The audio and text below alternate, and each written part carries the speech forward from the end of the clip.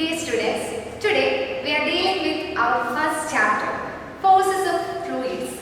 In the last class, we have learned about buoyancy. What is buoyancy? When a body is immersed partially or completely in liquid, the liquid exerts an upward force on the body. That force is known as buoyancy. Then we have learned about how to measure buoyancy. And how to measure buoyancy? We know the equation buoyancy is equal to loss of weight of the substance in that fluid. That is, buoyancy is equal to weight in air minus weight in water.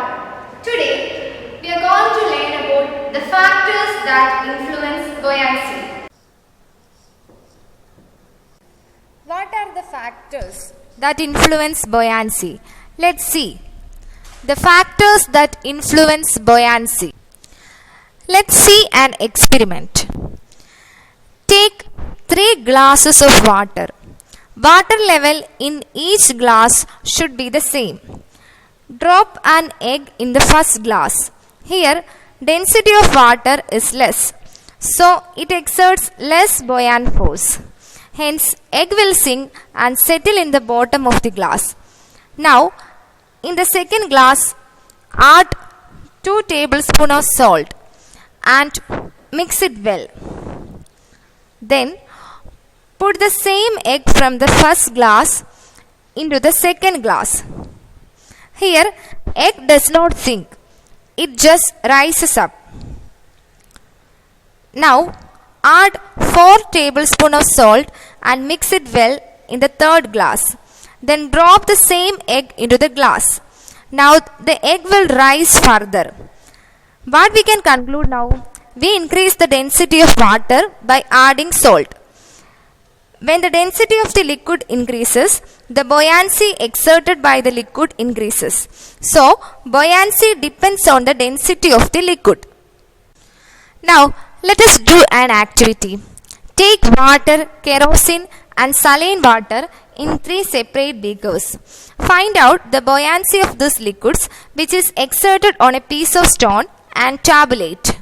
So, let us do this activity. Using a spring balance, find the weight of the stone in air.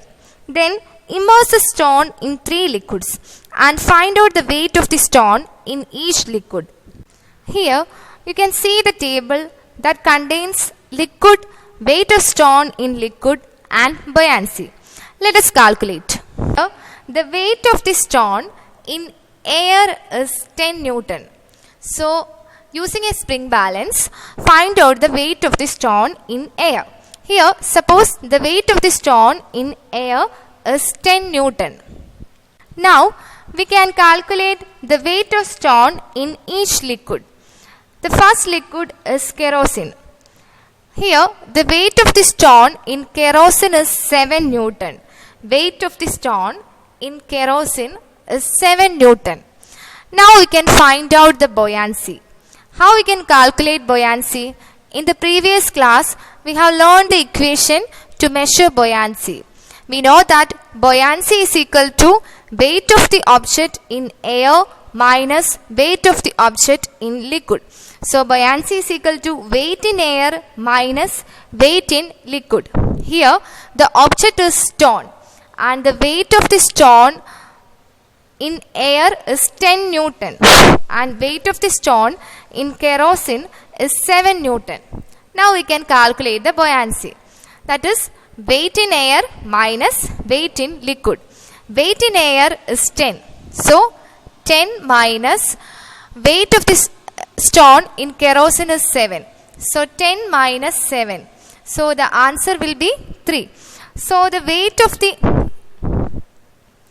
the loss of weight is equal to 3 Newton, or we can say the buoyancy is equal to 3. Now, the second liquid is water. So, the weight of the stone in water is 6 Newton. Weight of the stone in water is 6 Newton. And weight of the stone in air is 10 Newton. Now we can calculate the buoyancy. What is the equation? Buoyancy is equal to weight of the object in air minus weight of the object in liquid. Here the liquid is water. Weight in air is equal to 10. and weight of the stone in water is equal to 6. That is 10 minus 6, and the answer is 4 Newton. So the loss of weight or buoyancy in water is equal to 4 Newton. Now we can consider the third liquid. The third liquid is saline water. The weight of the stone in saline water is 5 Newton, and we know the weight of the stone in air, that is 10 Newton. So we can calculate buoyancy. Buoyancy is equal to weight in air minus weight in liquid. Weight in air is 10 and weight in liquid, here the liquid is saline water. Weight of the stone in saline water is 5. So the answer is 10 minus 5, that is equal to 5 Newton. So the loss of weight or buoyancy in saline water is equal to 5 Newton. So we calculated buoyancy in each case. So table 1 shows the buoyancy exerted by each liquid in a piece of stone. Now look at the second table. The second table contains some details, that is liquid and density.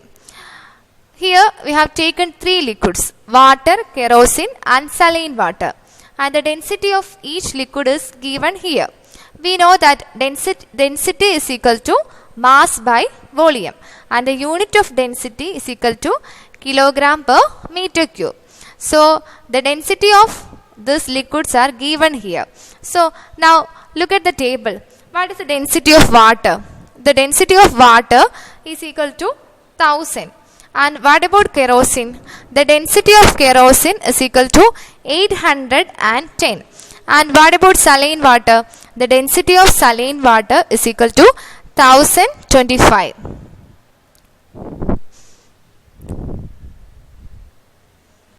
Among these 3 liquids, which one has higher density? Look at the table 2. We can see that the density of saline water is 1025. So saline water has higher density. So in first position it is saline water. So we can mark it as 1. So the density of saline water is 1025. Now in the second place we can see that in the second place the density is higher for water. The density of water is 1000. And which one has less density? Kerosene has less density. So it is in the third position. Among the 3, kerosene has least density. Now look at the first table that shows the buoyancy of each liquid. And now look in the table. Which liquid has higher buoyancy? The buoyancy exerted by kerosene is 3 Newton, and buoyancy exerted by water on a piece of stone is 4 Newton, and the buoyancy exerted by saline water on a piece of stone is 5 Newton. So which one has higher buoyancy? Yes, saline water has higher buoyancy. So we can mark it as 1. And which one is in the second position? Yes, it is water. The buoyancy of water is 4 Newton. So it is in the second place. And which one has lower buoyancy? Yes, kerosene. The buoyancy of kerosene is 3 Newton. So it has less buoyancy among the 3. So now, in which liquid did the stone experience the maximum buoyancy? Yes, it is in saline water. The buoyancy on saline water is 5 Newton. And in which liquid did the stone experience the least buoyancy? Kerosene. Yes. Is the density of the liquid higher or lower than that of other liquids? The density of kerosene is lower than that of other liquid, isn't it? Now we can compare the first and second table. The first table shows the buoyancy and the second table shows the density of each liquid. And the buoyancy is higher for saline water. And which liquid has higher density? It is also saline water. So for saline water, buoyancy is higher and density is also high. And in the second place, in the first table, in the second place, buoyancy is in the second place for water. And the density is also in the second place for water. So from here we can conclude that the liquid which has higher density also has higher buoyancy, and the liquid which has lower density have lower buoyancy. So there is a relation between density and buoyancy. From here we can see that as density of the liquid increases, buoyancy also increases, and as density decreases, buoyancy also decreases. So that is a relation between density and buoyancy. So density of a liquid is a factor that influences the buoyancy of a body in that liquid.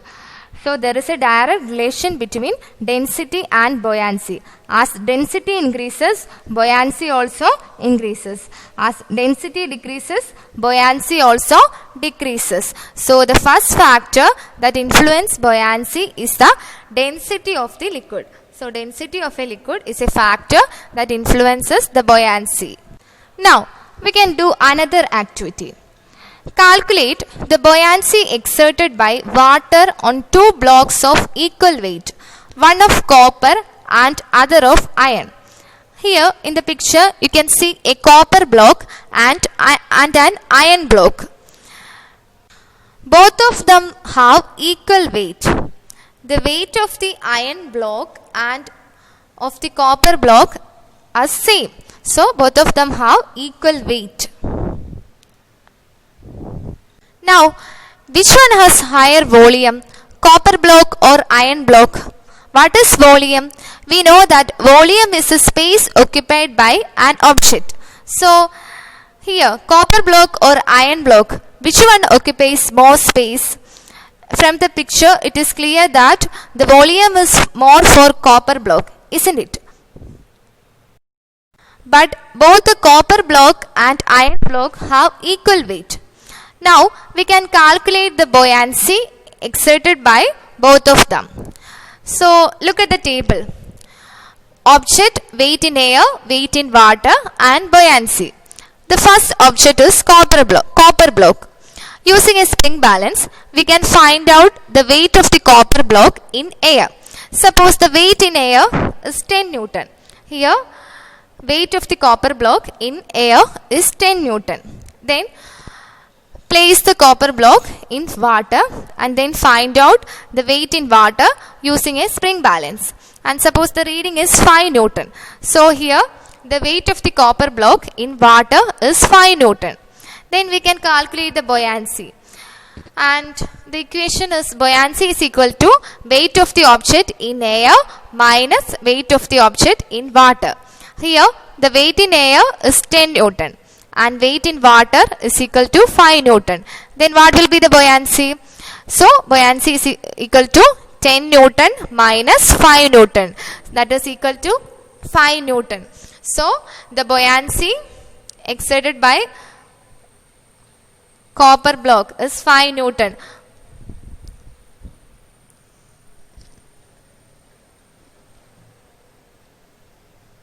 So the buoyancy exerted by water on the copper block is 5 Newton. Now we can calculate the buoyancy of second object, that is an iron block. Using a spring balance, find out the weight of the iron block in air. Here the weight in air is 10 Newton, and then find out the weight in water, and weight in water is equal to 6 Newton. Now we can find out the buoyancy. We know the equation, buoyancy is equal to weight of the object in air minus weight of the object in water, that is 10 Newton minus 6 Newton, that is equal to 4 Newton. So for the iron block, the buoyancy exerted by water on the iron block is 4 Newton. Now which one has higher buoyancy, copper block or iron block? The buoyancy exerted by water on the copper block is 5 Newton, and the buoyancy exerted by water on the iron block is 4 Newton. So it is high for the copper block. So in the first place it is copper block. Copper block has higher buoyancy, and in the second place it is iron block. So the buoyancy exerted by water on the copper block is more than the buoyancy exerted by water on the iron block. Now which one has higher volume, copper block or iron block? Yes, copper block has higher volume because the space occupied by copper block is more than that of the space occupied by the iron block. Even though their weights are equal, but their volume are different. Volume is higher for copper block and the buoyancy is also high for copper. So now, is there any relation between the buoyancy exerted by liquid and the volume of the object? Yes, there is a relation between buoyancy and the volume of the object. So we can conclude that buoyancy acting on a body depends on its volume also. So today we have learned about the factors that influence buoyancy. Which are the factors? Density of the liquid and volume of the object. When the density of the liquid increases, buoyancy also increases. So the factors that influence buoyancy are density of the liquid and volume of the object. I hope the portion is clear for you. We will see in the next class.